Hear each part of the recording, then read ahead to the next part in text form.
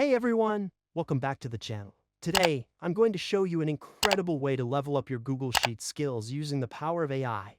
With my custom app script integrated with GPT, you can automate complex tasks, generate formulas, create stunning charts, and customize layouts all with just a few simple prompts. No coding, no fuss, just powerful results in seconds. Let's dive right in and see what this tool. Our goal today is to calculate the year-over-year growth rate for sales data without manual formula setup. I'll be using my script and a quick AI prompt to get it done.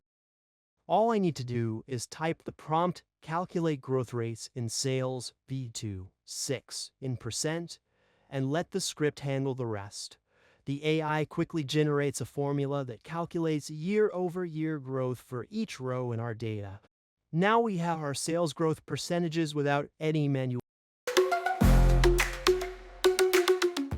Next, let's visualize this data with a line chart. For a successful prompt, try to be specific about three things: the chart type, the data range, and any additional details you like included.